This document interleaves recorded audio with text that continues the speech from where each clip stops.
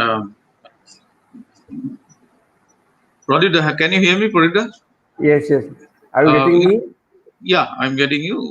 I'll take about 10 minutes, then I'll give it to you. Then you take about half an hour, 25-30 minutes. Then we'll have a few question answers. Already, The Kiswan, questions that have decided. so you can take few of them, and our Kiba Thakile will take up. So, yeah.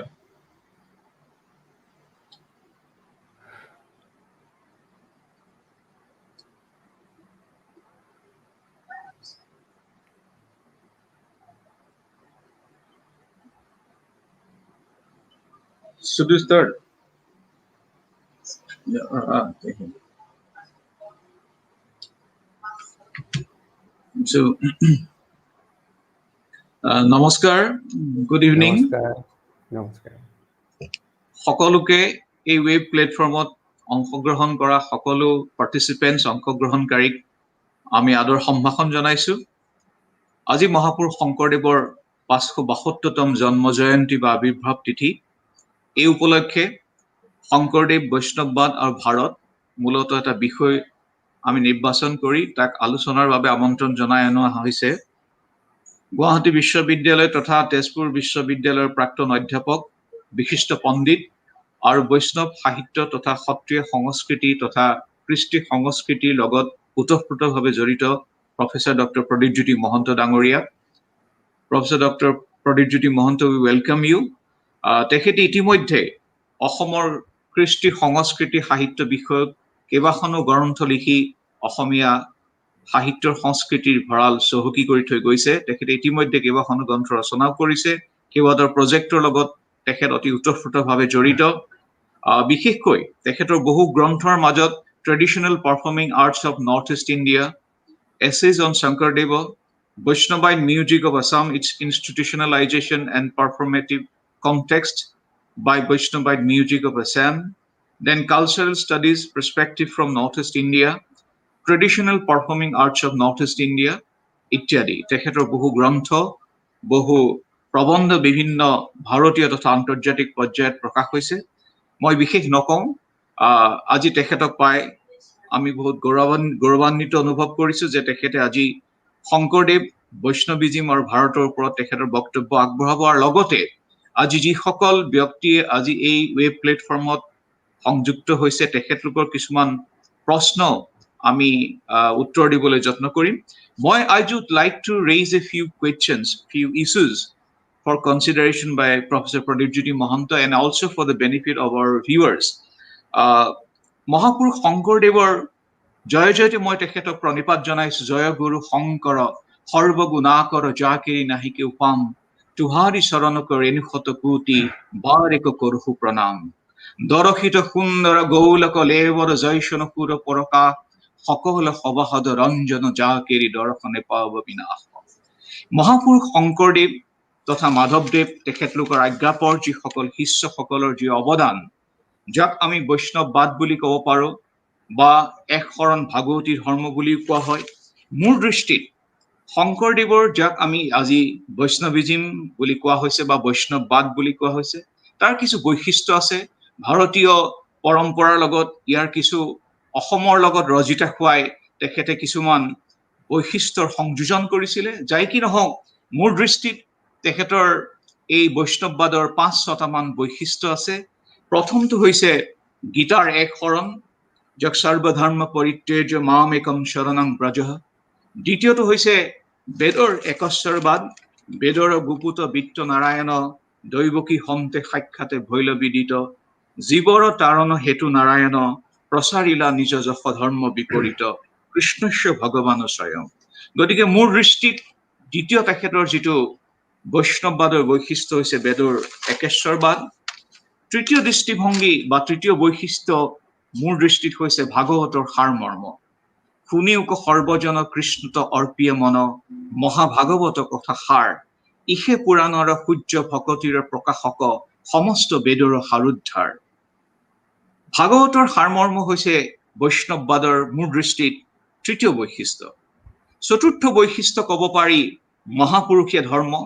মহাপুৰুষীয় মানে বাপচন্দ্ৰ মহন্তৰ মতে ঋগ্বেদৰ দশম মণ্ডলৰ পুৰুষ স্তোত্ৰৰ যি এক বৰ্ণনা দিছিলে এই শংকৰদেৱে গ্ৰহণ কৰিছে। প্ৰণিধানযোগ্য নাৰায়ণ ঋষিৰ পুৰুষ দেৱতাৰ স্বৰূপ আৰু ভাগৱত পুৰাণৰ মূল সূত্ৰ চতুশ্লোকী ভাগৱতৰ নাৰায়ণৰ স্বৰূপ বুলিব পাৰি। আৰু শংকৰদেৱেও তেখেতৰ যি পদ ভাঙনি চতুশ্লোকী ভাগৱতৰ বিষয়বস্তুটো নাৰায়ণ ঋষিৰ বিৰাট স্বৰূপৰ বৰ্ণনা দেখিবলৈ পোৱা যায়। ব্ৰহ্মাৰ প্ৰাৰ্থনা শুনি কৃষ্ণ নিগদতি চতুশ্লোক ভাগৱত লোৱা প্ৰজাপতি। কীৰ্তনৰ প্ৰথম কেইভাগমান কীৰ্তনত ইয়াৰ প্ৰকাশ পাইছে বুলি ক'ব পাৰি। পঞ্চম যিটো বৈশিষ্ট্য হৈছে বৈষ্ণৱবাদৰ, সেয়া হৈছে মহাপুৰুষীয়া নাম ধৰ্ম। মহাপুৰুষ শংকৰদেৱে আৰু মাধৱদেৱ, বিশেষকৈ মাধৱদেৱে যেতিয়া তেখেতৰ গুৰু ভতিমাত কৈছিলে ভকতি ভাণ্ডাৰ দ্বাৰশ বছৰি মুকুতি কৈলি বহু প্ৰকাশ এক শৰণ নাম ধৰ্ম কহিলা ৰাজপৰ কাশ। লগতে কীৰ্তনত কোৱা হৈছে কৃষ্ণ সূৰ্য ভৈলন্ত উদিত নাম ধৰ্ম কৰিলা বিদিত সত্য যুগে প্ৰথমত ব্ৰহ্মা আদি দেৱযত হৰি নাম কৰিলা গুপুত কিনো দয়াময় হৰি নামত বেকত কৰি কলিপাপ কৰাইলা লুপুত। লগতে বৰগীতৰ বিভিন্ন ইয়াৰ প্ৰকাশ পাইছে, যেনে বলহু ৰাম নামেহে মুকুতি নিদান ভৱ বৈতৰণী তৰণী সুখ সৰণী নাহি নাহি নাম সমান নামে পঞ্চানন নাদে পলাৱত পাপদণ্ডী ভয়ভীত বুলিতে এক শুনিতে শত নিতৰে নাম ধৰ্ম বিপৰীত। গতিকে নাম ধৰ্ম এই বৈষ্ণৱবাদৰ মোৰ দৃষ্টিত এয়া হৈছে পঞ্চম বৈশিষ্ট্য। আৰু সৰ্বশেষত মই ভাবো শংকৰদেৱৰ বৈষ্ণৱবাদৰ ষষ্ঠ যিটো ছিক্সথ কেৰেক্টাৰিষ্টিক বুলি ক'ব পাৰি, সেয়া হৈছে নৱদা ভক্তিৰ শ্ৰেষ্ঠত্ব, দাস্য সখিত্ব অৰ্চন বন্দন স্মৰণ পদকেয় শ্ৰৱণ কীৰ্তন আত্মনিবেদন।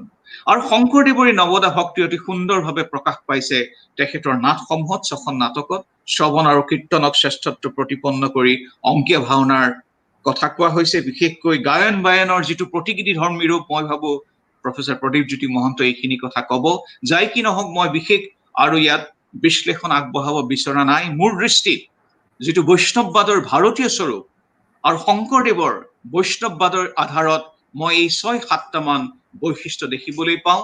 আৰু তাৰ লগতে যিটো ভাৰতৰ কথা কোৱা হৈছে, তেতিয়া তেখেতৰ শংকৰদেৱৰ যিটো ফিলচফিকেল ফাউণ্ডেশ্যন, ইডিঅলজিকেল যিটো প্ৰেমাইচ বুলি ক'ব পাৰি, এই সৰ্বভাৰতীয় বেদ বেদান্ত গীতা উপনিষদ আদি আধাৰ কৰি শংকৰদেৱ মাধৱদেৱে এই ধৰ্মৰ যিটো দৰ্শন, এই যিটো আমাৰ ফাউণ্ডেশ্যন, এইটো অসমীয়া সমাজক দি থৈ গৈছিলে।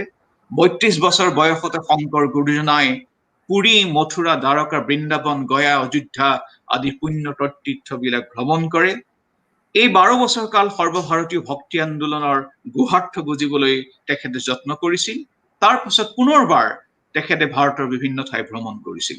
মই এই বিষয়ে বিশেষ নকওঁ, কিন্তু এই ভাৰতীয় দৰ্শনৰ লগতে তেখেতে অসমৰ যিটো উপাদান, অসমৰ যিখিনি থলুৱা কৃষ্টি সংস্কৃতি সংযোজন কৰিছিল, ইয়াক বিভিন্ন ধৰণেৰে অন্তৰ্ভুক্ত কৰিবলৈ যত্ন কৰিছিল। গতিকে মই বিশেষ নকওঁ, এইখিনি মাত্ৰ মোৰ দৃষ্টিত শংকৰদেৱৰ বৈষ্ণৱবাদ বা ভাৰতীয় যিটো কৃষ্টি সংস্কৃতিৰ লগতে অসমৰ সেই সময়ত অসমৰ নামটো যদিও প্ৰযোজ্য হোৱা নাছিলে, তথাপি এই অসম মুলুকৰ বিভিন্ন কৃষ্টি সংস্কৃতিৰ উপাদান তেখেতে সংযোজন কৰিছিলে। এইখিনি কথাকে কৈ আজি আমি এই আমাৰ যিটো শংকৰদেৱ বৈষ্ণৱবাদ আৰু ভাৰতীয় দৰ্শন, তাৰ ওপৰত বিশ্লেষণ আগবঢ়াবলৈ বিশেষভাৱে আমন্ত্ৰণ কৰি অনা প্ৰফেচৰ প্ৰদীপ জ্যোতি মহন্তক মই অনুৰোধ জনাইছো। তেখেতৰ ৩০ মিনিটমান তেখেতৰ প্ৰেজেন্টেশ্যনৰ পাছতে it will be followed by question answer. So this is over to you, Professor Pradip Jyoti Mahanta. নমস্কাৰ, ধন্যবাদ ডক্টৰ মহন্ত। আপুনি প্ৰশস্তিৰে মোক বুঢ়াই পেলালে। মই নাজানো মই তাৰ পাত্ৰ হয় নে নহয়। অসমৰ সাংস্কৃতিক ইতিহাসৰ এজন সাধাৰণ ছাত্ৰ হিচাপে মহাপুৰুষ শ্ৰীমন্ত শংকৰদেৱক কেন্দ্ৰত ৰাখি মই এই গোটেই দিশটো সম্পৰ্কে অকণমান লিৰিকি বিদাৰি চাবলৈ চেষ্টা কৰি আহিছোঁ ওৰেটো জীৱন। আৰু তাৰ গুৰিত স্বাভাৱিকতে বহু প্ৰেৰণাৰ উৎস তাত নিহিত হৈ আছে, সেইবিলাকৰ বিষয়ে মই নাযাওঁ। মই আপোনাক পুনৰবাৰ ধন্যবাদ জনাইছোঁ আৰু লগতে ইণ্টেলেকচুৱেল ফ'ৰাম অফ নৰ্থ ইষ্ট এই প্ৰতিষ্ঠানটোলৈ মই কৃতজ্ঞতা জনাইছোঁ এইকাৰণে যে মোক ইয়াৰ বাবে নিমন্ত্ৰণ কৰাৰ বাবে। দ্বিতীয়তে আজি মহাপুৰুষ শ্ৰীমন্ত শংকৰদেৱৰ পুণ্য জয়ন্তী তিথি। এই তিথি উপলক্ষে মহাপুৰুষজনলৈ প্ৰণতি জনাইছোঁ। আৰু দ্বিতীয়তে ইণ্টেলেকচুৱেল ফ'ৰাম অৱ নৰ্থ ইষ্টে এনেধৰণৰ আজি এই দিনটোৰ লগত সংগতি ৰাখি যি আয়োজন কৰিছে আৰু মোক দুআষাৰ ক'বলৈ মোৰ চিন্তাৰ সামান্য কিছু কথা ভাগ ল'বলৈ যিটো সুবিধা দিছে তাৰ বাবে মই পুনৰবাৰ কৃতজ্ঞতা জনাইছোঁ। আপুনি ইতিমধ্যে যিখিনি কথা ক'লেই, ভালেখিনি কথা আপুনি নিজেই ব্যাখ্যা কৰিলেই। শংকৰদেৱ বুলি ক'লে মোৰ মনলৈ এটা বিশেষ কথা সাধাৰণতে আহে। নৱম শতিকাৰ ভাৰতীয় নন্দন তত্ত্বৰ এগৰাকী প্ৰসিদ্ধ সাধক আনন্দবৰ্ধনে তেওঁ ধন্যালোকত কালিদাস প্ৰভৃতি কবিসকলৰ, বিশেষকৈ কালিদাসক মুখ্য কৰি প্ৰশস্তি বাক্যৰে এটা কথা কৈছিলে যে অলোক সামান্য প্ৰতিভা বিশেষম। কালিদাসক সম্বোধন কৰি বিশেষকৈ আৰু কালিদাসৰ সমগোত্ৰীয় অন্যান্য যিসকল সংস্কৃত কবি, যিসকল কবি নাট্যকাৰৰ অৱদানেৰে ভাৰতীয় সাংস্কৃতিক ঐতিহ্য সমৃদ্ধ হৈছে, সেই সমৃদ্ধ ঐতিহ্যৰ প্ৰসংগত কালিদাসকে মুখ্য কৰি সেই কবিসকলৰ স্বাভাৱিকতে বিশিষ্ট ভূমিকা আছে। সেই সকলক উদ্দেশ্য কৰি আনন্দবৰ্ধনে অলোক সামান্য প্ৰতিভা বিশেষম বুলি যিটো অভিধা প্ৰয়োগ কৰিছিল, সেই অভিধা মহাপুৰুষ শংকৰদেৱৰ ক্ষেত্ৰতো খাটে। কাৰণ শংকৰদেৱৰ বহুমাত্ৰিক অৱদান, বহুমাত্ৰিক ব্যক্তিত্ব আৰু বহুমাত্ৰিক চিন্তা আৰু সৃষ্টিৰ যিটো পথ তেওঁ নিৰ্মাণ কৰি থৈ গ'ল, যিটো পথেদি অসমৰ আপামৰ জনসাধাৰণক তেওঁ অনুপ্ৰাণিত কৰি থৈ গ'ল, মাৰ্গ নিৰ্মাণ কৰি থৈ গ'ল। আৰু সেই মাৰ্গেদি আমি আজিও আৰু তাৰ লগতে আমাৰ জীৱন আৰু সংস্কৃতিৰ মাজত অপ্লাৱিত ঐশ্বৰ্যেৰে মহাপুৰুষে আমাক মাধুৰ্যময় সমৃদ্ধিময় কৰি থৈ গ'ল। সেই মাৰ্গেৰে আমি আজিও আমাৰ 500 বছৰতকৈ অধিক কালজোৰা সাংস্কৃতিক স্মৃতিৰ মাজেদি প্ৰবাহিত এই ধাৰাইদি আমি আজিও গৈছোঁ। সময়ে সময়ে স্বাভাৱিকতে নানান ধৰণৰ সংঘাত আহিছে, নানান প্ৰতিকূল পৰিস্থিতি। যিদৰে মহাপুৰুষ শংকৰদেৱে তেওঁৰ জীৱনকালত প্ৰতিনিয়তভাৱে এক বিপদসংকুল প্ৰতিবন্ধকতাময় অৱস্থাৰ মাজেদি তেওঁ আগবাঢ়ি গৈছিল আৰু আগবাঢ়ি গৈও সেই প্ৰতিবন্ধকতাক নেওচি তেওঁৰ দৃষ্টিত, তেওঁৰ লক্ষ্যত থকা যি সমাজ উত্তৰণৰ যিটো স্বপ্ন, সমাজ উত্তৰণৰ যিটো ব্ৰত, সেই ব্ৰতক তেওঁ সম্পূৰ্ণৰূপে পূৰণ কৰিবলৈ প্ৰয়াস কৰিছিল আৰু বহুদূৰ সাৰ্থকো হৈছিল। গতিকে স্বাভাৱিকতে শংকৰদেৱৰ নামটো ল'লেই এই যিটো অভিধা মনলৈ অহাৰ লগে লগে তেওঁ বহুধা প্ৰসাৰিত তেওঁৰ দৃষ্টি, বহুধা প্ৰসাৰিত তেওঁৰ চিন্তা, বহুধা প্ৰসাৰিত তেওঁৰ অৱদানৰ কথা মনলৈ আহে। আজি এই যিটো আলোচনাৰ বাবে মোক দায়িত্ব দিয়া হৈছে বা মোক ওপৰত দায়িত্ব ন্যস্ত হৈছে, তাত তিনিটা ভাগ মই দেখিছোঁ। এটা শংকৰদেৱ, এটা বৈষ্ণৱিজম বা বৈষ্ণৱবাদ, যিটো আপুনি বৈষ্ণৱবাদ বুলি কৈছে, আৰু স্বাভাৱিকতে ভাৰতৰ কথা আছে। মই এটা এটাকৈ ক্ৰমান্বয়ে যাবলৈ মই চেষ্টা কৰিম।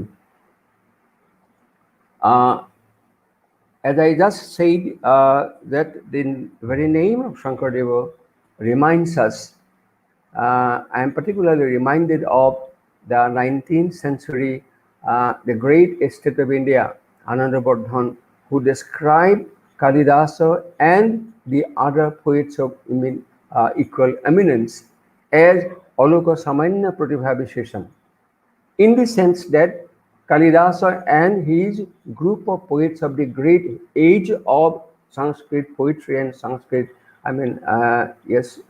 literature for that matter, enriched immensely, contributed immensely to the glorious heritage of Indian culture. Taking the multilinear contribution of multidimensional personality of Srimanta Shankardeva, born in 1449 and passed away in 1569, 1568 or 69, over a period of 120 years nearly. He contributed immeasurably to the growth of the society and culture of Assam in the propagation of the faith of Bhakti in the Brahmaputra Valley and turned the entire faith of Bhakti to the level of a very a very popular religion with wider participation from all sections of people across caste and community and all kinds of divisions, bearing all kinds of divisions. Multidimensional personality in the sense that he was a personality of unparalleled genius and multilinear contributions of diverse order in terms of being saint and preacher, poet and playwright, philosopher and reformer, artist and composer, like Sahasradala Kamala, as described by the great Indologist Dr. Vasudev Agarwal of Benares some time back.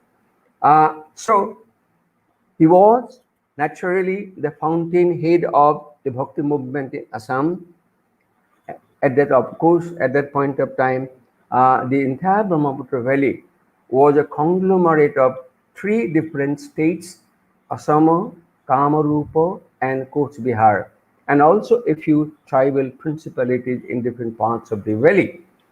And bringing the religion and philosophy of Bhakti, opening its doors to all levels of popular participation, uh, braving tremendous obstacles, and in the face of prevailing fanaticism and sacerdotalism, which was quite rampant at that point of time among different sections of the society. Simultaneously, we can describe Shankardeva as the fountainhead of the Bhakti movement in the sense that Bhakti was not only a religious faith of unflinching devotion. About Vaishnavism, I am a little coming later, which is comparatively a wider term.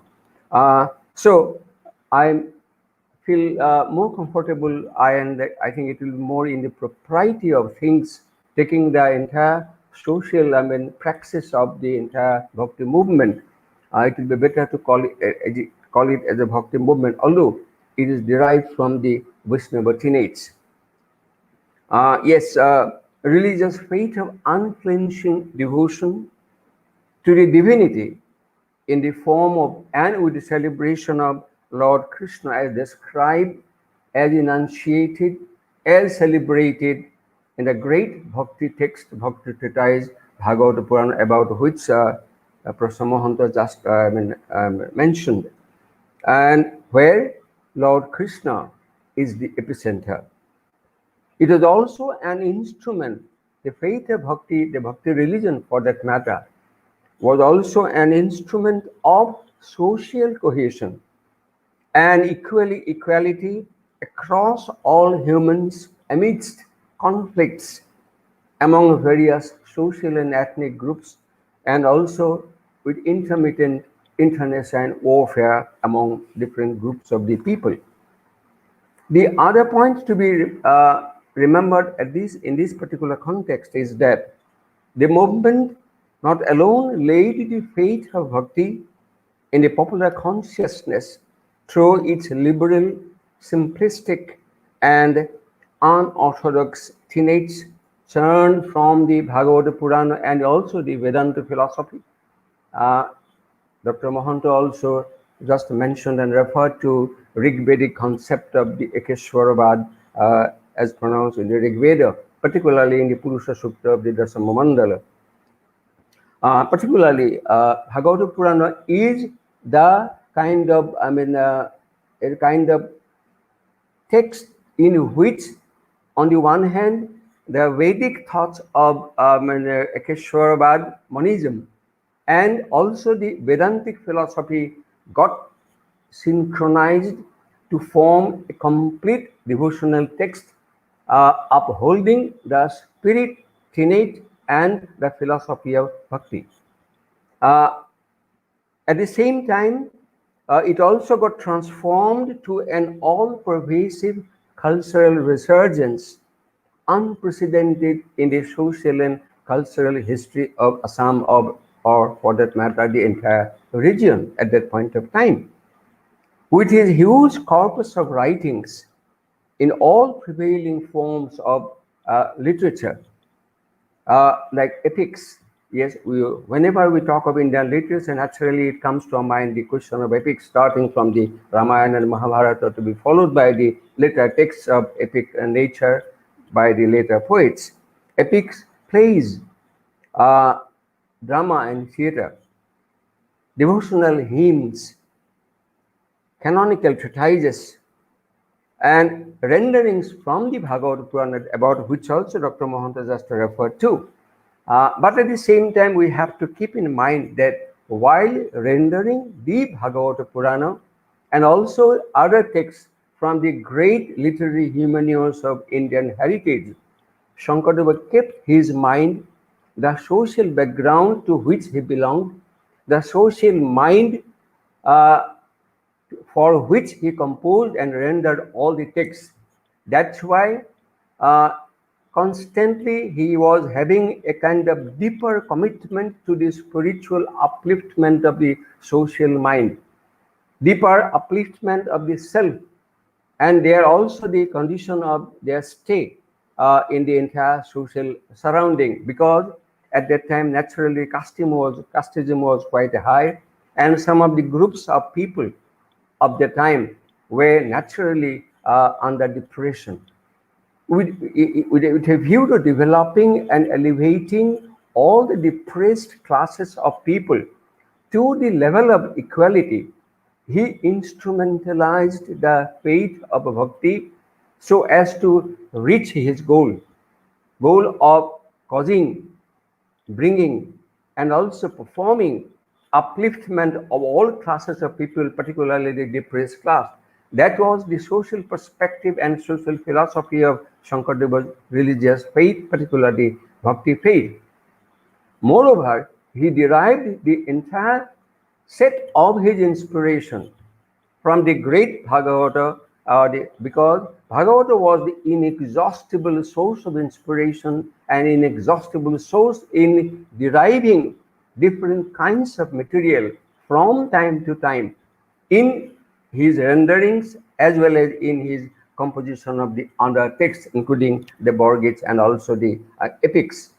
So that way, to my mind, what I consider is that the faith of bhakti was not only a religious faith, a faith of religion, a pursuable faith for the entire people, but at the same time, it was a kind of instrument of social cohesion and social integration, through which he created a sense of bonhomie, a sense of social fraternity among all groups of people in the pedestal of, in the platform of the Namghar, about which I'll try to bring a discussion a little later.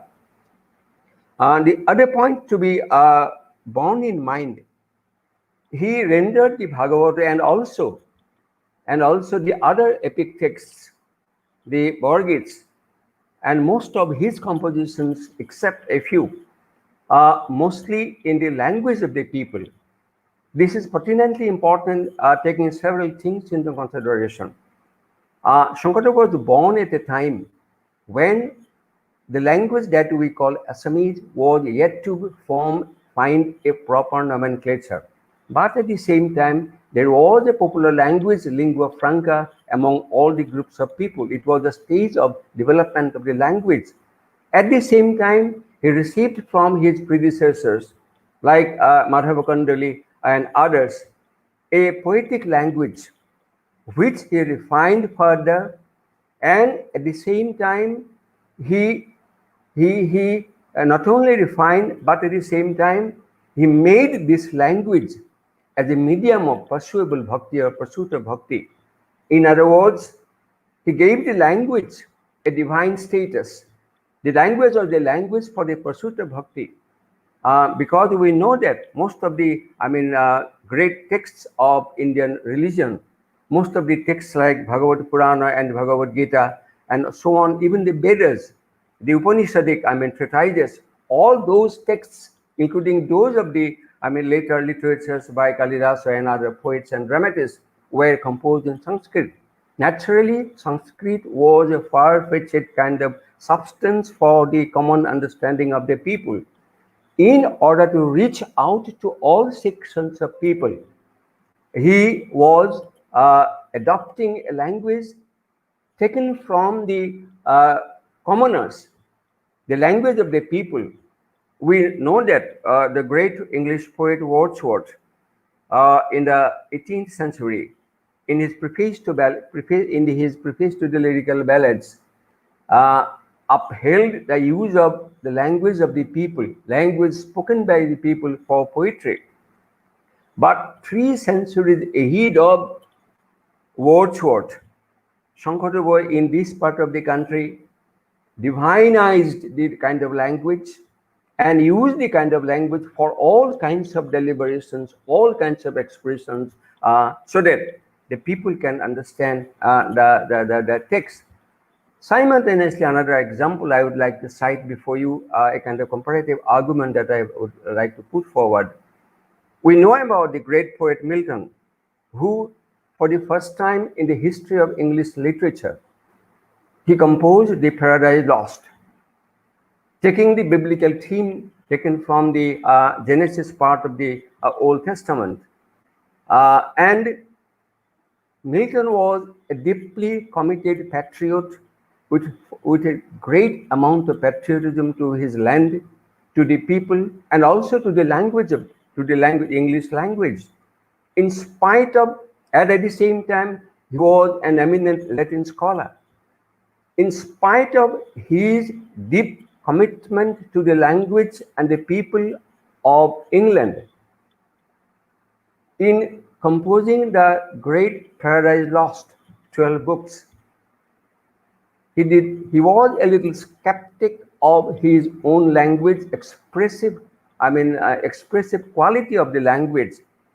Instead of writing the Paradise Lost, composing the Paradise Lost in fluent kind of English, simple English, he mixed Hebraic Latin and composed the entire, Paradise Lost. But in contrary to the linguistic position taken by Milton, more than 100 years ahead of John Milton, Shankardeva, in this farthest corner of India, with deeper commitment to his own language, with profound trust on his language, he made the language of the people as a language of religion. So that was a kind of social commitment, that was a kind of commitment to the people, that was a kind of commitment to the faith with which Shankardeva proceeded in rendering the great Bhagavad Purana and also some other things like the Ramayana, the Uttarakanda he composed in Assamese verse.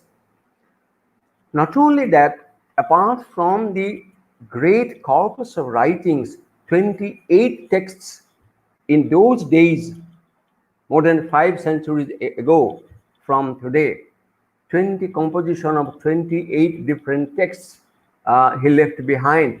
He also created a kind of inspirational environment, a creative environment by inspiring his younger generation of composers, younger generation of poets like Madhavdeva, Ram Saraswati, Ananda Kondoli, and so on, who tremendously and greatly contributed to the immensity, to the richness of the entire efflorescence of literature, which was surging during the Bhakti movement.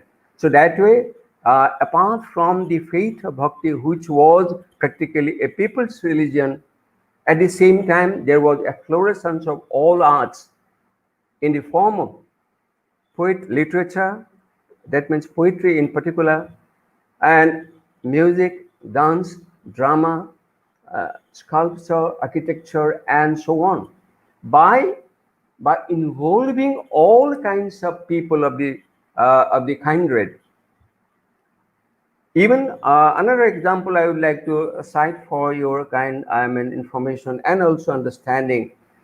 In the early years of his life, when he was gradually growing in eminence, in leadership among the people of his time, of his area, the people around requested, desired on him to show some amount of expressive performance, uh,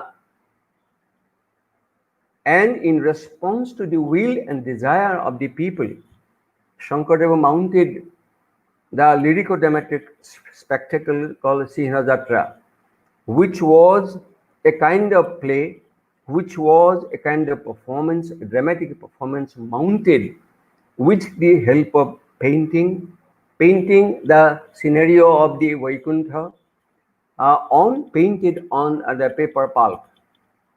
Simultaneously, it was integrated with music, dance, and dramatic sequences. Unfortunately, we do not come across a written script of that performance. It might be so that there might not have been any kind of written text, the way in which it was presented, and the kind of description we come across in the different biographical narratives, having copious illustration, copious description of the mounting of the play Sinhajatra. And Sinhajatra was mounted almost near 1474, 75, something like that. And we should also remember the point in this particular context that Sanskrit theatre, Sanskrit drama, the great tradition of Sanskrit drama and theatre, which was one of the glorious heritage of Indian culture and Indian civilization, was gradually descending, was gradually in the descending order. Almost after 10th century, there was no creative effort in terms of Sanskrit drama and theatre. But at the same time, the kinds of regional theatres we now come across the whole of India were also yet to be grown. At this particular juncture, immediately after the Sanskrit tradition of Sanskrit theatre, for the first time, Shankardeva was the first ever dramatist and playwright and performer and director to mount a theatre at a regional level, which not only me but also very eminent scholars like Vasudev, like Dasharat Oza, and also others, J.C. Mathur, they have called Sanskrit, they have called Shankardeva as the first ever Bhasha Nataka dramatist. And not only that, the great, theatre personality of India, one of the greatest names in the modern theatre personality of India, Girish Kanad, a few years back in Gauhati, he said that Shankardeva is the first ever modern dramatist in the entire Indian scenario of theatre. That apart, the point I would like to make this point that drama was of that kind of sort because drama is a kind of medium, audiovisual medium, through which Shankardeva can reach out to people with all kinds of artistic expressions in order to preach, in order to propagate, in order to create a kind of consciousness of the spirit and faith of bhakti among the multitude. So that was the kind of consideration behind initially in creating the kind of theatre that Shankardeva introduced in the along with his religion of bhakti. That apart, after the Sinhajatra, he left behind another six plays. Six plays started with Patni Prasad and ending with the Ram Vijay, deriving from the great epic Ramayana. So that way, the efflorescence of all kinds of arts and integrating arts, in harnessing and integrating arts into the pursuit of bhakti, a pursuit of religion, which was a kind of effort on the part of the personality and artistic vision of Shankardeva to create a kind of artistic consciousness, to create a sense of saraswata sadhana in the mind of the common people, with a view to refining their mind, with a view to uplifting their sensibility towards a finer level of existence. That was the spirit behind. And that way, another significant point to be remembered in this particular context, after which I will go to some other point. There is no doubt that the Bhakti movement across India was a historic phenomenon with multiplicity of voices found to be expressed through saints and composers. So many saints we come across in the wake of the Bhakti movement in India, in different parts of India. Wherever the spirit of Bhakti, the movement traveled into different parts. So there were the great saints and great poets, and the contributions of those saints and poets contributed immensely to the growth of regional languages in different parts of the country. That is no doubt. That is no doubt there. But at the same time, it also needs to be remembered that in each of these regions, Bhakti poetry rose to resplendence. But at the same time, the phenomenal resurgence of all arts with wider popular participation in sync with the pursuit of bhakti as a faith is a rarity not only in India but also the entire world. Even we know that the great Renaissance of Europe was a huge kind of age from which even today European mind can ill afford with. But even Renaissance also could not achieve that level of efflorescence of arts in sync with, integrated with the religious faith. So that is a kind of significant aspect, significant phenomenon that the Bhakti movement and brought about to Assam. That was a kind of all-pervasive, cultural resurgence, and that was a kind of a lift in the social, societal level. So these are some of the, and behind the entire resurgence, behind the entire efflorescence of arts, behind this widespread proliferation of the faith of bhakti to all kinds of people, lies the personality, the creative vision, and also the great leadership of Srimanta Shankardeva. Naturally, his efforts were supplemented by his later apostles, as referred to by Professor Mahanta in his initial discussion. So apart from all those things to be remembered, that Shankardeva remains even today with his abiding impact, with the abiding impact of his abiding importance, abiding enduring importance of his contributions, the greatest cultural icon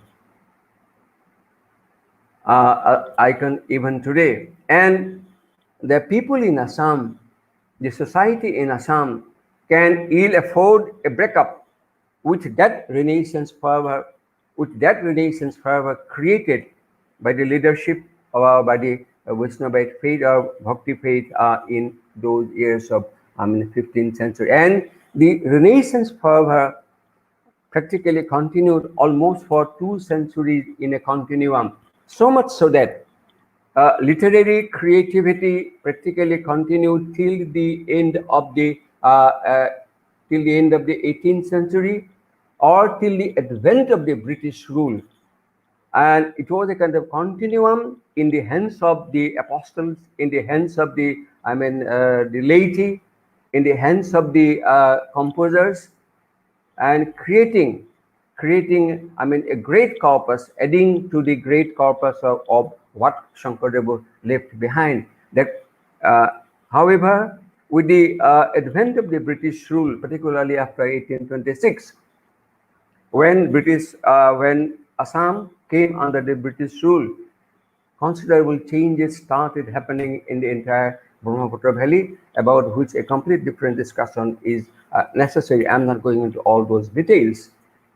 Now, talking about Vaishnavism that Mahanta, Professor Mahanta referred to, I would like to submit that Vaishnavism is a broader, a huge kind of phenomenon in the entire range of Indian civilization.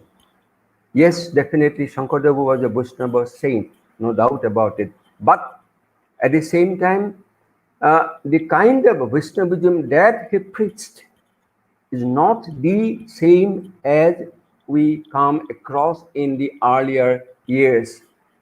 Uh, Professor Mahanta also referred to the Rig Vedic concept of Vaishnavism. Yes, in the Rig Veda itself, we come across a gradual upper movement of the Lord Vishnu.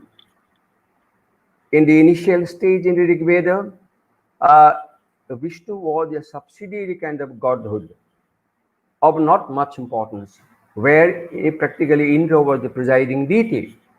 But in gradual progression of events and things, uh, importance of Vishnu rose to the extent of being Trivikrama.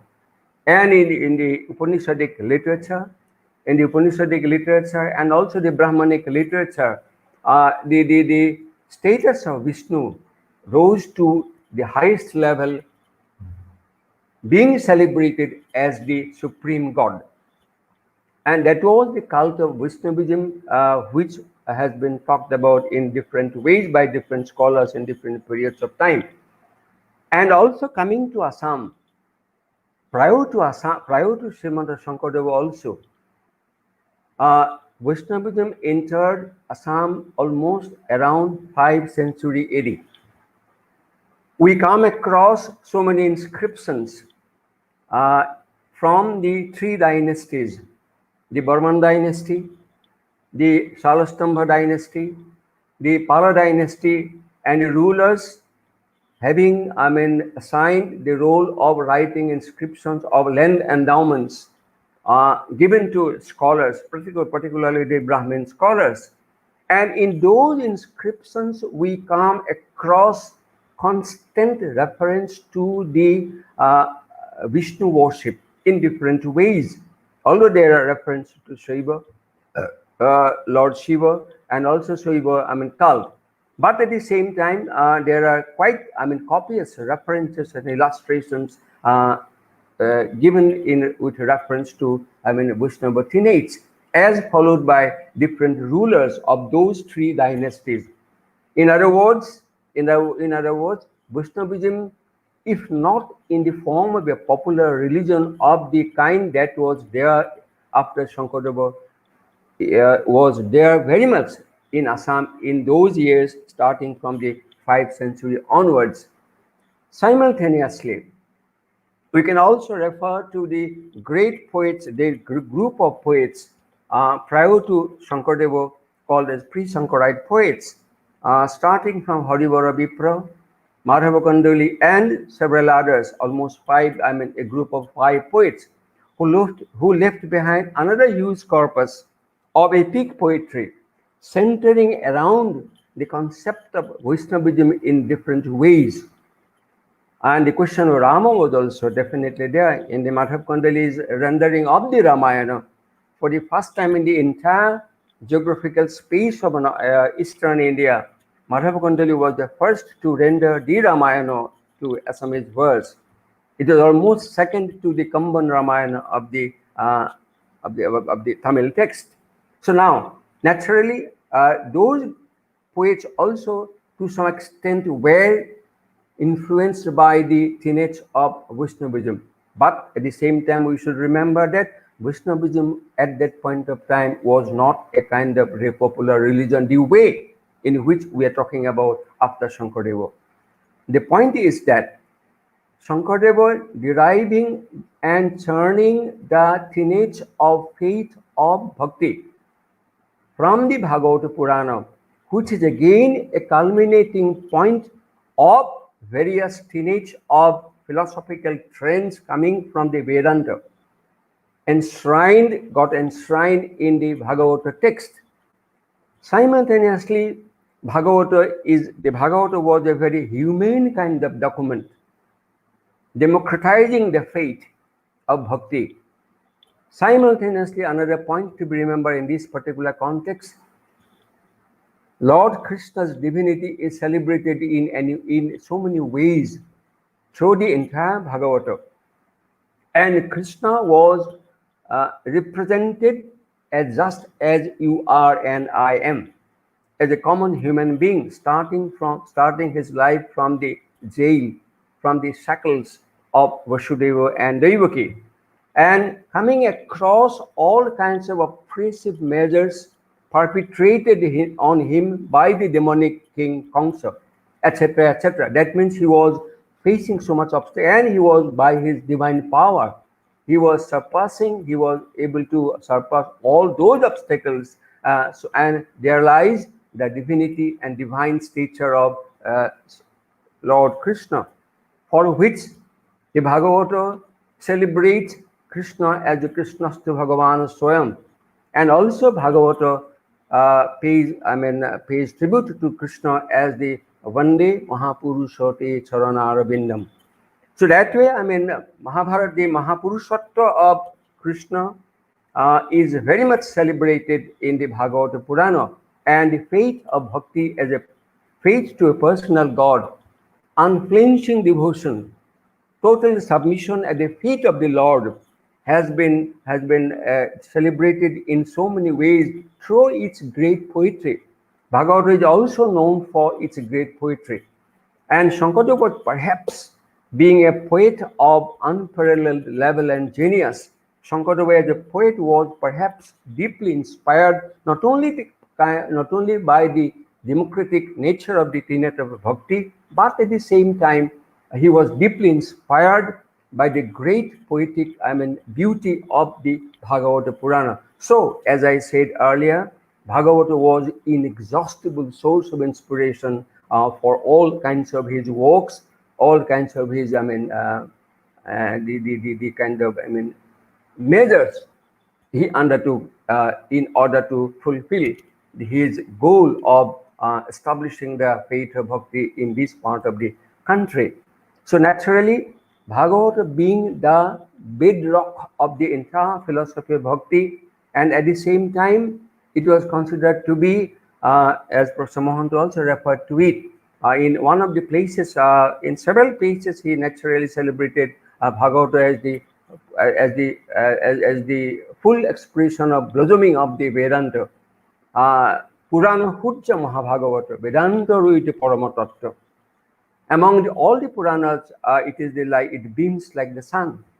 And it is also the reservoir of the entire philosophy of Vedanta.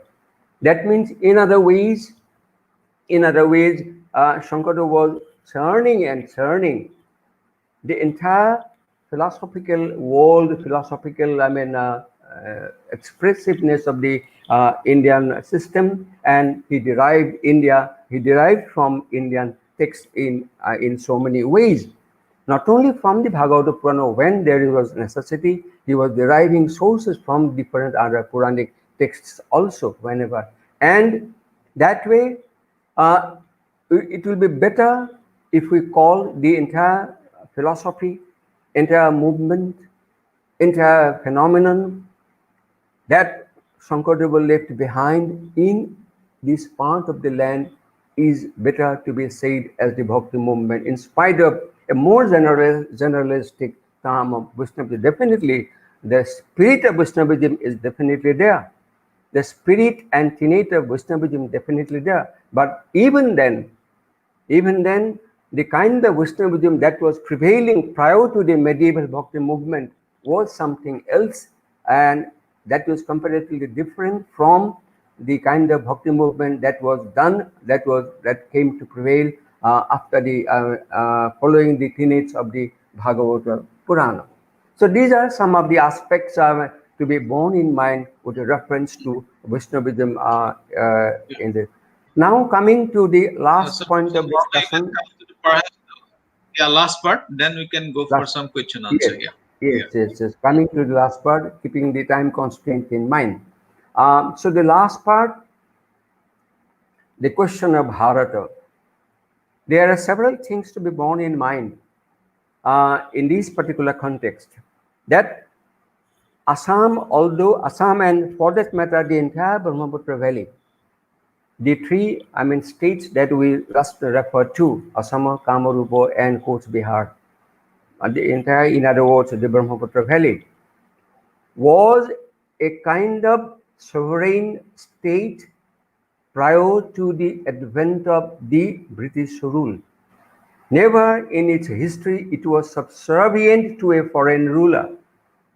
Even so many, Mughal attacks have been subverted uh, by the uh, by the people of Assam or by the rulers of Assam.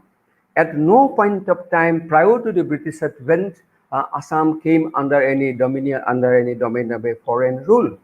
But even then, although it was a kind of sovereign independent state for thousands of years, starting from the mythical days of Bhagavatta, about whom we find a reference to in reference in the Mahabharata also.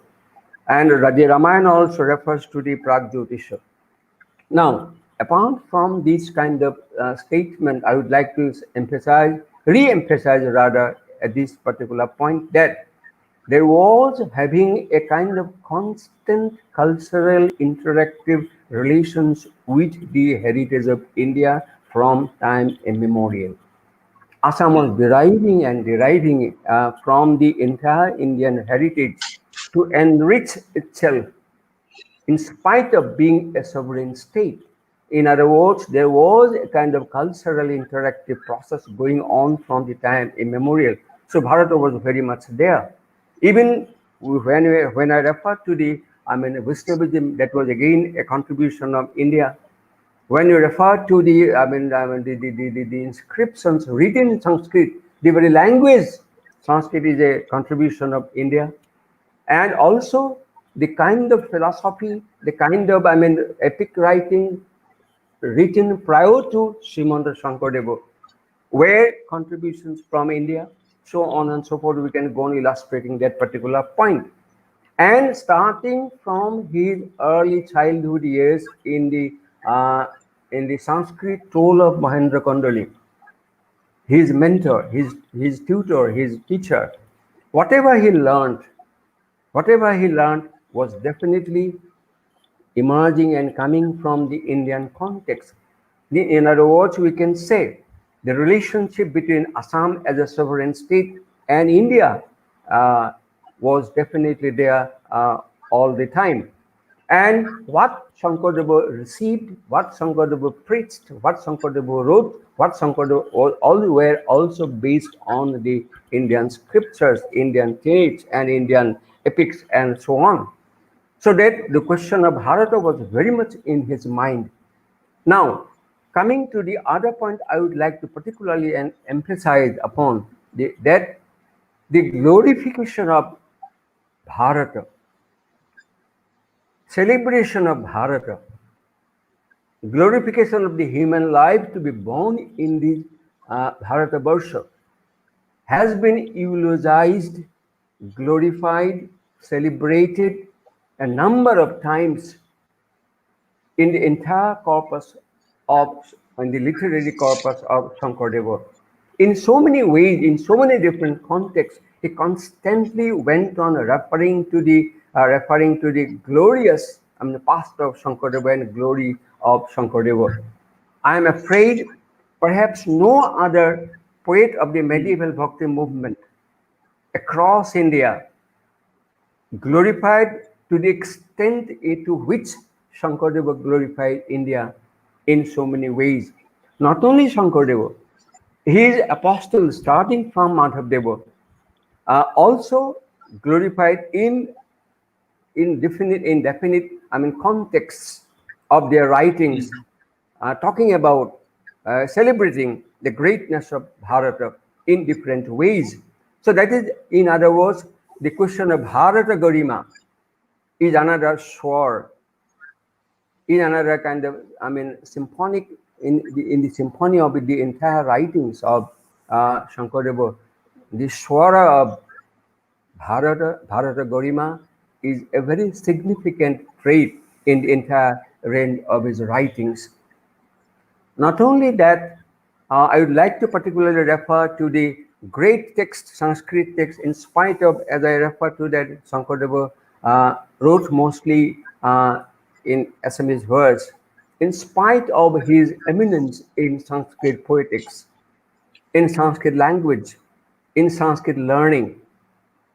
And we come across a great commentary like texts called Bhakti Ratnakara, entirely written in Sanskrit, to which he derived from different sources, starting from the Bhagavata Purana and also drawn from different other sources.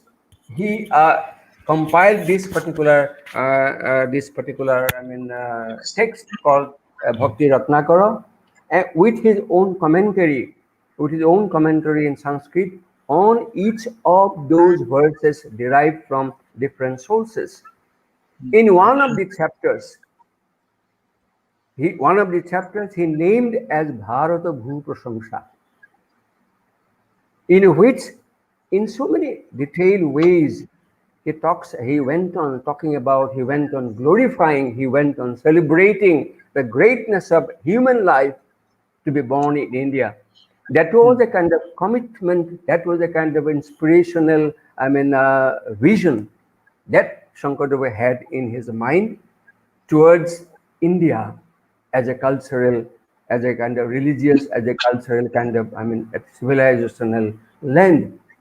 And that much, not only that, as I said, his followers in Rama Saraswati, in Ananda Kandali, not to speak of Madhavdeva, Dhanna Dhanna Kolikala, Dhanna Naratano Bhalo, Dhanna Dhanna Bharata Borikha, Madhavdeva's writings.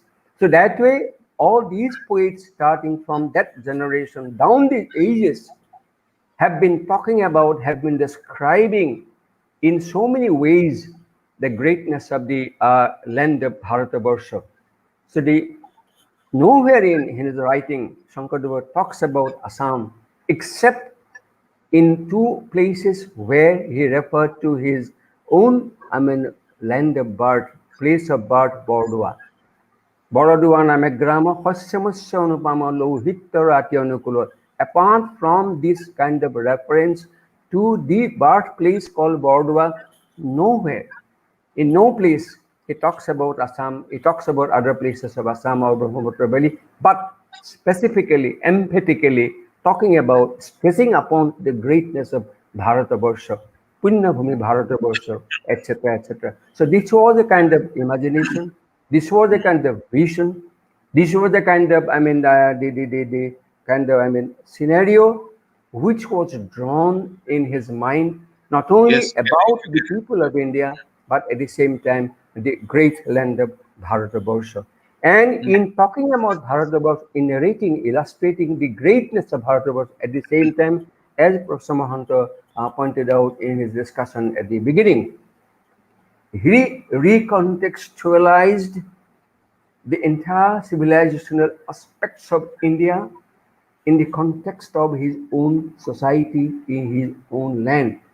In rendering the book 10, Dashama Skandha of the Bhagavata Purana, the kind of natural scenery, the kind of, all these kinds of things are filled with flora and fauna of Assam, the people of Assam. Not only that, in book second, where the Bhagavata Purana describes the non-Aryan tribes of different parts of India as Kirat, Hunandra, etc., etc., he rendered that particular verse with the inclusion of different, ethnic groups of Assam, Kirata Kosari, Khasi Garomiri, Ravana Konka Goal, etc., etc.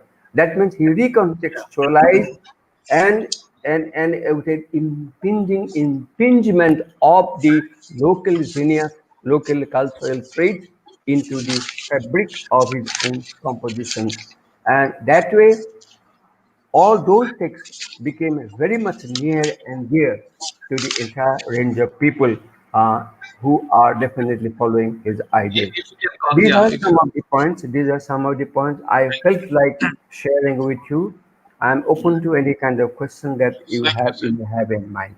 Thank Thank you, you. Thank Professor you very much. Pradip Mahanta. Profound gratitude and thanks for having covered so many issues, philosophical issues, his artistic pursuits. And you have said, you have argued that Shankardev's contribution is all comprehensive, all encompassing, and within a very short frame, you have covered so many issues. So, a profound gratitude and thanks to Professor Mahanta for The such a kind of brilliant exposition. Yes, this Yeah, kind of inclusive society that we are talking yeah. about in a modern context was also That will also come up visualized in by the question. Shankardeva. There are Yes. certain questions. I think there's certain question, and I believe we'll deal with that. Only two issues that I would like to talk about. The way he glorified India. Even Dr. Nogen Hoyke and Rajen Hoyke and other people have also talked about how no other philosopher or Vaishnavite Pandits perhaps glorified India the way Shankardeva did. And but important thing that you have highlighted is that how he contextualized it in the case of Assam. For example, while preparing for his Ankya Bhavna, the way he cool that other instruments, the way he prepared. Kopili মুখৰ পৰা কুমাৰ অনাই মাটিশূলা গঢ়াইলন্ত শংকৰ গোসাঁই হালমৰা সৈতে বাদি আৰু অনাইলন্ত ভালমতে আগে থাকি I think খোলক কচুৱাইল ৰহাৰ কহাৰ আনি I think Talak Yes, কচুৱাইল yes, yes, yes. Kubital, Patital, Adinam Dilo. I think it goes like that. That's the Yes, way he contextualized it. And on to just one last comment. Then I think you have certain questions in your box, which I already forwarded to you. Only one point that I would like to draw your attention, even for the participants who are already there in the wave platform, is he has already talked about that Shankardev's Vaishnavism is different from the way it has been postulated, the way it has been interpreted in the Indian context. There are three ways of perhaps looking at Vaishnavism. One is, the interpretation of interpretation of Vishnu as one among many gods and goddesses. That is one interpretation, along with Durga, along with Indra, in Shraddha or even other rituals where Vishnu is worshipped as one among many other gods. That is number one. The second interpretation of Vishnu is by Ramanuja and the Madhavacharya and other, Bhakti movement and other people who talked about Vishnu and along with other gods. Although the supremacy was given to Vishnu, but in case of Shankardeva, I think it is the Pancharatra tradition which has been given salience, and that is why it is the Bhagavati Ekhon Dharma. Bhagavati Vaishnav Dharma. That is what is given salience, perhaps that is what given importance to. And in case of Assam, it is Horom. In contrast to Diksha, maybe with the other Vaishnav tradition in other parts. So these are some nuances that Vaishnavism it has its variety, its heterogeneity that exists in Distinct, various parts of India. distinctive feature. Yes. Distinctive feature. Now, since already the questions have been put to you, can you pick up certain questions which have been already forwarded to you for the benefit of those participants who are already there? They're in the web platform. You can choose, or I can also, speak up if you want. There are a few questions. Uh, can you Uh, attend? yes. The first question in the list coming in this in response to whatever I have talked about. শংকৰদেৱৰ দৃষ্টিত নৱবৈষ্ণৱ আৰু হিন্দু বিচাৰধাৰাৰ মাজত সমানতা কি? You can take it, Yes, those questions maybe together, and then you can rather than going or rather answering the questions separately. You can rather take them at a whole, as a whole, and you can answer them. Okay. Thank you. শংকৰদেৱৰ নৱবৈষ্ণৱ আৰু শংকৰাচাৰ্যৰ বিচাৰধাৰাৰ মাজত কেনে সমানতা দেখা যায়? শংকৰদেৱৰ দৃষ্টিত একাত্ম মানৱতাবাদ কিভাৱে ফুটি উঠিছে? বৃহত্তৰ অসমীয়া সমাজৰ শংকৰদেৱে কেনেকৈ ৰাম আৰু কৃষ্ণৰ লগত মণিকাঞ্চ সংযোগ কৰাবলৈ প্ৰচেষ্টা কৰিছিল? Yeah, at one go you can answer them. Yeah, please. At one go, yes, sir. Yes, definitely.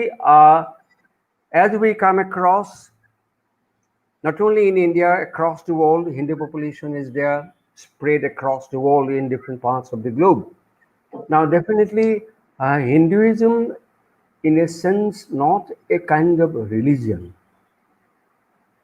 It's a kind of way of life with so many facets, with so many expressive measures, with so many, divisions and subdivisions. But at the same time, in spite of all those divisions, there is a sense of unison, and that binds together. That sense, in spite of all those different sects, different schisms, different faiths, different groups, so on and so forth, there is a bond of unison that binds together the entire, the entire Hindu society. And naturally, taking that point of view, Shankardeva's expressive way of the faith of bhakti is a part of the whole. We cannot differentiate from, but the way in which Bengal Vaishnavism stands on its own ground, the way in which Tamil Vaishnavism stands its own ground, deriving its tenet from the Ramanuja Sarja, etc. So the way in which those Vaishnavite faiths stand on their respective grounds, talking about Vallabhacharya, etc. Similarly, Shankardeva's Vaishnavism, Bhakti faith also stands its own ground, but at the same time inherently connected with the greater domain of the Hindu religion and faith. So that way there is a kind of connectivity which cannot be cut across, Separated, which yeah. cannot be cut off. This is in a, just in response to, and yes, Shankardev aru Shankardev Vaishnava Dharma Shankaracharya Vichardhara. It's a very confusing kind of statement often made by many people, many critics, many scholars, that Shankardev derived, even the very name of Shankardev is confused at times with Shankaracharya. People, because of ill information or disinformation, whatever may be, even the name is equated with Shankaracharya. Shankaracharya was born in the 9th century, and Shankardev was born in 15th century. So a kind of more than almost 1,000 years gap. Apart from that gap, now as a student of cultural history, I believe that for each and every saint, poet, or whatever kind of reformer, there is a kind of social context which impels an individual, which impels a reformer, which impels a saint to create a kind of order for the benefit of mankind, for the benefit of the society, for the upliftment of the society. At the time of Sri Shankaracharya, the 9th century saint and the great philosopher, the philosopher of monism, Advaitavad, the situation was something different. It was a kind of a victorious journey of Buddhism, imperiling many of the traits of Hindu faith. And there was a historical necessity to check the victorious journey of Buddhism, and by invoking Vedantic philosophy, invoking the Vedic and Vedantic philosophy on a recontextualized way. It was a historical necessity on the part of the saint to talk about the monistic faith of Advaitavad. Yeah. But the situation after 1,000 years in respect of Shankardev was not the same. Although there are so many social, problems were there, as I referred to at the beginning. So Shankaracharya's Advaitavad is not what Shankardeva talked about the monastic faith, monastic doctrine in terms of Ekeswarvad or Ekahorana Namadhamma. So it is quite, and what Shankardeva preached is directly a carryover from the Vedic principle through the Pancharatra faith and the Bhagavata Purana. And at the time of Shankaracharya, the very existence of the Bhagavata Purana was not there. Bhagavata Purana was a text composed between the 9th and 11th centuries. So Shankaracharya, for Shankaracharya, the question of Bhagavata Purana was very much, doesn't come at all. So that is the point of difference to be borne in mind. And the kind of social context in which both these two saints and philosophers preach their own faith in different social contexts need to be borne in mind. So definitely Shankaracharya is not Shankardeva, and Shankaracharya's monism or Advaitavad is not exactly the same what Shankardeva preached. And also, socially speaking, the kind of inclusive kind of thought, inclusive process, the kind of wider acceptance, the kind of wider dissemination of the faith among the people was also not there at the time of Shankaracharya. These things to be borne in mind. Ekatma Manavata, but inclusive kind of humanism. Yes, definitely. In so many ways, I've tried to explain, I tried to put forth this particular point that the entire range of his creative process, the entire range of his thought process, the entire range of his creative, expressions that he left behind, there is an inclusiveness which is basically inherent and ingrained into the entire level of faith of bhakti in Shankardeva's, order. Not to speak of other things, I would like to cite just one example. In mounting the play Sinhajatra, in the early part of his life, when he was yet to grow mature and mature, even at that point of time, at the initial part of his missionary life and missionary journey, the Sinhajatra was mounted with an inclusive kind of nature by involving all kinds of people, not only in the mounting of the play, but at the same time in erecting the Harigriha, later came to be known as Namghar. And the very institution of Namghar is a sterling example of this Ekatma Manavata, of this great nature of inclusive humanism.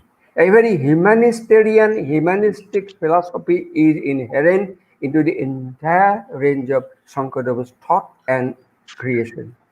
Professor Mahanta, if I just can just say one thing, I would like to urge our participants in the web platform to, study the fourth Kirtan, 4 number kirtan ভাগ বৈকুণ্ঠ প্ৰয়াণৰ, যিটো কৃষ্ণই উদ্ধৱৰ আগত কৈছিলে। তাৰ এই কীৰ্তন ভাগতে মই ভাবো শংকৰদেৱৰ যিটো আপুনি হিউমেনিজিমৰ কথা Ekatma কৈছে, Manavata, Ekatma Manavata. ইমান সুন্দৰভাৱে প্ৰকাশ পাইছে। সমস্ত ভূতত ব্যাপী আছো মই হৰি, সবাকো জানিবা তুমি বিষ্ণু বুদ্ধি কৰি, ব্ৰাহ্মণৰো চণ্ডালৰ নিবিচাৰি কুল, দাঁতত চুৰত জন দৃষ্টিয়ে কটুল, নিচত সাধুত যাৰ ভৈলাক জ্ঞান, তাহাকে পণ্ডিত বোলে সৰ্বজন, and on. It goes.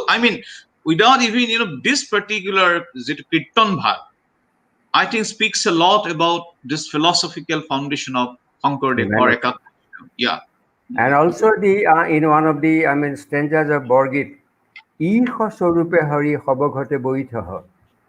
Divinity pervades not only to all human beings but all kinds of creatures.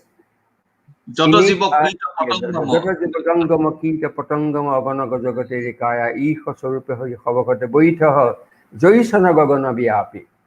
So that speaks volumes of this great sense of not only humanism but at the same time a pantheistic kind of doctrine, innate, inherent, and ingrained into philosophy of bhakti of Srimanta Shankardeva.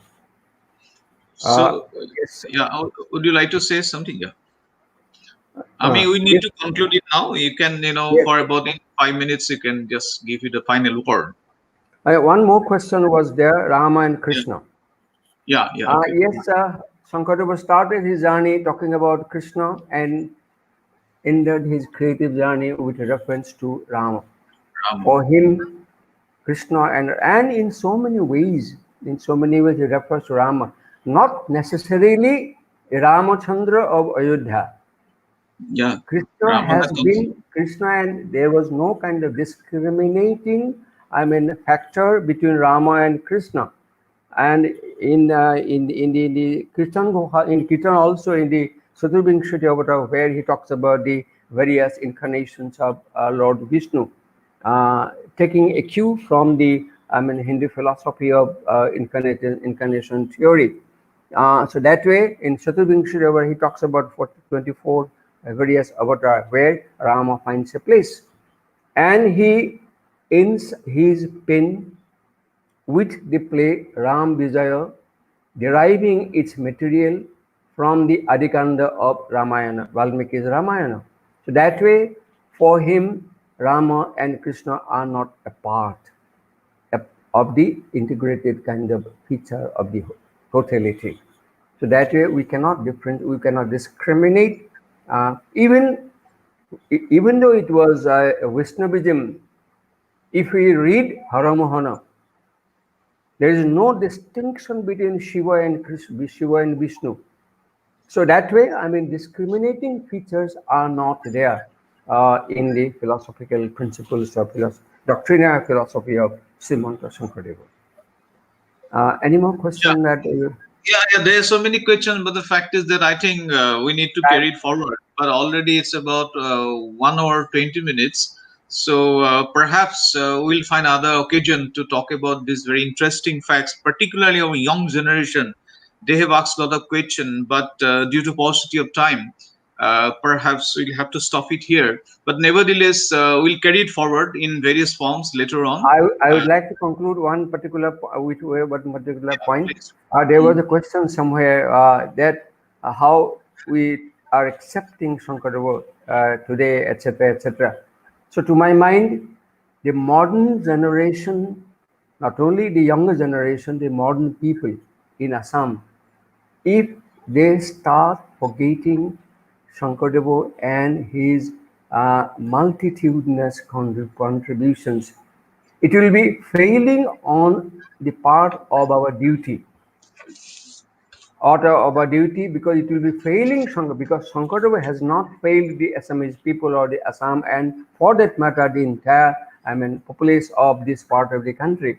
It is we, it is we that we tend to fail Shankardeva and tend to dishonor his inclusive ideal, his humanistic ideal, the democratic principles that he set in the institution of Namghar. We have to correct ourselves. We have to introspect and retrospect the great contributions of Shankardeva to take the society in Assam ahead and forward. Mhm. This much Thank you. I would like to. Thank you so much. Very incisive argument. You have dealt with so many issues, and in fact, to overcome the present Himalayan challenges that the Assamese society is confronting, I believe we'll have to go back to the model propounded by Shankardeva and his apostles. And you have very correctly said, Namgar is not just a religious institution, it is a social institution that creates social cohesion, social inclusiveness. And we need to rely on Shankardeva's model for finding solution in the days to come.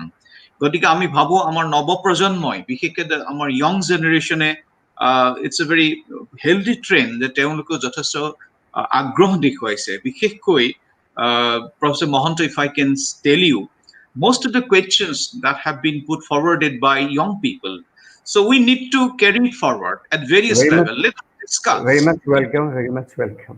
Yeah, we need to keep it forward, we need to take it forward with this word, with profound gratitude and thanks. We would like to thank you for your time, for very, the way you have elaborated, it's very all-inclusiveness, particularly democratization of bhakti concept. This is something we do not see it anywhere. The democratization, taking the society along, taking bhakti as a platform to create a human society. That's what it's required. And adding the scientific quest, we need to incorporate Shankardev in our academic, epistemological quest also, because we focus a lot on other philosophies. Along with, yes, Western philosophy we need to focus, but along with it, Shankardev also needs to be studied, debated, and discussed. With these words, with gratitude and thanks, we conclude. Thank you so much. মই পুনৰবাৰ আপোনাক ধন্যবাদ জনাইছোঁ আৰু intellectual forum of north ইষ্টকো মই মহান্তৰূপ কৃতজ্ঞতা জনাইছোঁ। এই অনাহুত অনাকাংক্ষিত চাৰিওফালৰ প্ৰতিকূল পৰিৱেশৰ মাজত, COVID-19 আনি দিয়া এই অৱস্থাৰ মাজত আপোনাসকলে এটা অত্যন্ত সাধু প্ৰয়াস গ্ৰহণ কৰিছে। শংকৰদেৱৰ আদৰ্শৰ সম্পৰ্কত আলোচনাৰ আৰম্ভ কৰি মই পুনৰ আপোনালোকক কৃতজ্ঞতা আৰু ধন্যবাদ জনাইছোঁ। সকলোকে এই মিডিয়ামত সমবেত হোৱা সমূহ সুধীজনক মই নমস্কাৰ জনাইছোঁ। সৰ্বে ভৱন্তু সুখিনঃ, সৰ্বে সন্তু নিৰাময়া, সৰ্বে ভদ্ৰাণি পশ্যন্তু, মা কশ্চিৎ দুঃখভাগ্ ভৱেৎ। ওম শান্তি শান্তি শান্তি।